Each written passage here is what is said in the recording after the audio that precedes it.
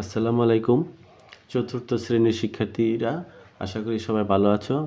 আজ তোমাদের গণিত বইয়ের 7 নম্বর পৃষ্ঠা থেকে কমার ব্যবহার শিখব আমরা।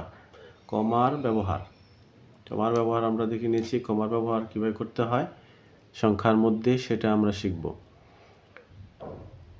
তো কমার ব্যবহার শিখতে যে আমাদের দুটো পদ্ধতিতে কমার ব্যবহার করতে হয়। একটা হলো দেশীয় পদ্ধতি আর একটা হলো আন্তর্জাতিক পদ্ধতি। এটা হলো দেশীয় পদ্ধতি, এটা হলো আন্তর্জাতিক পদ্ধতি। দুইটা পদ্ধতিতে আমাদের কমার ব্যবহার শিখব। তো কমার ব্যবহার যখন বড় বড় সংখ্যা হয় তখনই শুধুমাত্র কমার ব্যবহার করতে হয়। তো কমার ব্যবহারের নিয়ম হলো, সহজভাবে তোমরা মনে রাখবে যে কমার ব্যবহারে দেশীয় পদ্ধতিতে প্রথম ব্যবহার করতে হয় 3 ঘর। ডান দিক থেকে 3 অঙ্ক, একক, দশক, শতক, 3 অঙ্ক পরে কমা বসতে হয়। তারপরে 2 অঙ্ক পরে, তারপরের থেকে সব 2 অঙ্ক পরে কমা বসতে হয়। তাহলে প্রথম 3 অঙ্ক পরে দিলাম কমা, তারপর 2 অঙ্কের পরে কমা, তারপর 2 অঙ্কের পরে কমা। এইভাবে সামনের দিকে যাবে যত বড় সংখ্যাই হোক। আর ইন্টারন্যাশনাল যে পদ্ধতি, আন্তর্জাতিক রীতিতে কমার ব্যবহার যখন করা হয় তখন সবসময় তিনটা করে অঙ্ক আসবে। যেমন এখানে দেখো 3টা অঙ্ক আসছে, এখানেও 3টা অঙ্ক আসছে, তারপরে এখানে যদি 2টা থাকে তখন তো পড়েই গেল। অতিরিক্ত এইভাবে 3টা করে সংখ্যা পরপর কমা ব্যবহৃত হবে। অর্থাৎ দেশীয় পদ্ধতিতে প্রথম 3 অঙ্ক, তারপর 2 অঙ্ক। তার ইন্টারন্যাশনাল পদ্ধতিতে কি করতে হয়, ডান দিক থেকে সবসময় 3 অঙ্ক পরপর কমা দিতে হয়। এটা হলো কমার ব্যবহারের নিয়ম। তো কমার ব্যবহারের নিয়মে তোমাদের কতগুলি সমাধান করতে হবে। যেমন 7 নম্বর পেজটা খুলে তোমরা দেখতে পাবে লেখা আছে, দেশীয় ও আন্তর্জাতিক রীতিতে সংখ্যার মাঝে সঠিক জায়গায় কমা বসাই এবং পড়ি। তাহলে এখানে যদি আমরা দেশীয় আন্তর্জাতিক পদ্ধতিতে কমা ব্যবহার করি তাহলে কি হয় একটু খেয়াল করো। তাহলে একক, দশক, শতক, হাজার। তাহলে আমি বলছিলাম যে দেশীয় পদ্ধতিতে কি 2 ঘর, প্রথম 3 ঘর, তারপরে 2 ঘর। তাহলে এটা যদি দেশীয় পদ্ধতি ব্যবহার করি তাহলে আমি এখানে কমা দিয়ে দেব, বাস। একক, দশক, শতক কি বলছিলাম আমি, মনে আছে তো অবশ্যই, যে প্রথম 3 ঘর তারপর 2 ঘর। তাহলে এখানে আমি দিব প্রথম 3 ঘর। এটা দেশীয় পদ্ধতিতে হয়ে গেল।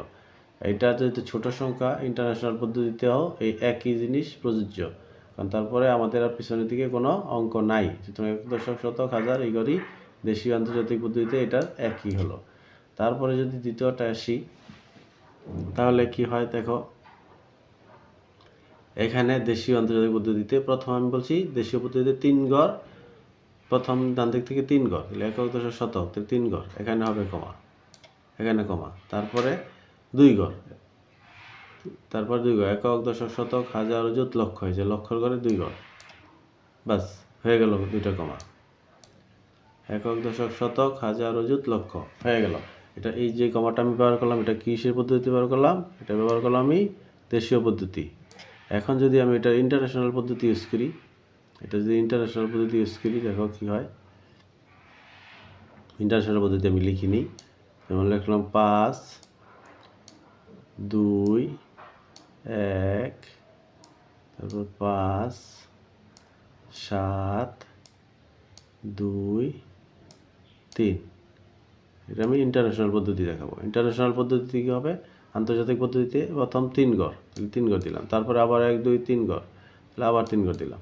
তাহলে ইজি না, একক, দশক, 3 ঘর, এই 3 ঘর পর 1 কমা, আবার 1, 2, 3, 3 ঘর পর আরেকটা কমা। এটা হলো এটার ইন্টারন্যাশনাল পদ্ধতি। এখন এইটার মধ্যে দেশীয় পদ্ধতি ইউজ করি আমি।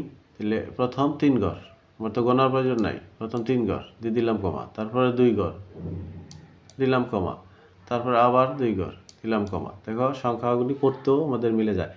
একক, দশক, শতক, হাজার, অযুত, লক্ষ, নিযুত, কোটি। তাহলে কোটিতে পড়লো, লক্ষতে পড়লো, হাজারে পড়লো। তাহলে আমি এই চিহ্নগুলো দিলাম কোন পদ্ধতিতে, দেশীয় পদ্ধতিতে ইউজ করলাম। আবার এটার মধ্যে করলাম। এখন এটা হলো কি পদ্ধতি, ইন্টারন্যাশনাল পদ্ধতি। এখন এটাকে যদি আমি ইন্টারন্যাশনাল পদ্ধতি লিখি, আমি এখানে লিখে দেখাচ্ছি। সংখ্যাটাকে লিখে 4, 8, 6, 4 1 7 8 এবং 5।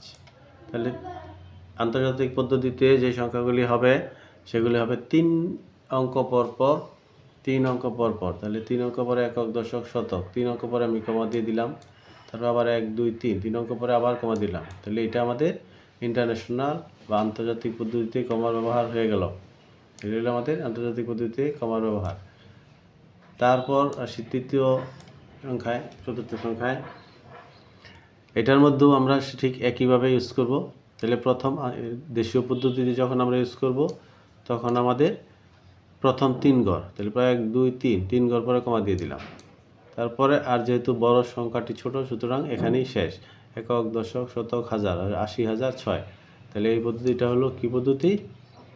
দেশীয় পদ্ধতি। এটা আমাদের দেশীয় পদ্ধতি। এখন এটাকে আমি ইন্টারন্যাশনাল পদ্ধতি ইউজ করব। ইন্টারন্যাশনাল পদ্ধতি ইউজ করার জন্য আমি সংখ্যাটা লিখে নিচ্ছি 8 0 0 0 6। ইন্টারন্যাশনাল পদ্ধতিতে প্রথম 3 ঘর, তারপর 3 ঘর। তাহলে এটার মধ্যে প্রথম 3 ঘর দিলে তারপরে আর 3 ঘর নাই, যেহেতু সংখ্যাটি ছোট, সুতরাং 3 ঘর পরে আমরা কমা দিয়ে দিলাম। একক, শতক, হাজার। তাহলে এটা আমাদের ইন্টারন্যাশনাল পদ্ধতি হয়ে গেল। এটা আমাদের ইন্টারন্যাশনাল পদ্ধতিতে হয়ে গেল।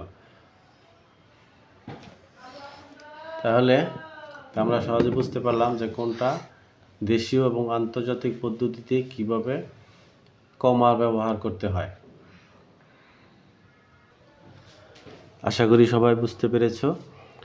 পরবর্তী ভিডিও পাওয়ার জন্য অবশ্যই তোমরা যারা নতুন তারা সাবস্ক্রাইব করে নিবে। তো আজ এই পর্যন্তই। আল্লাহ হাফেজ।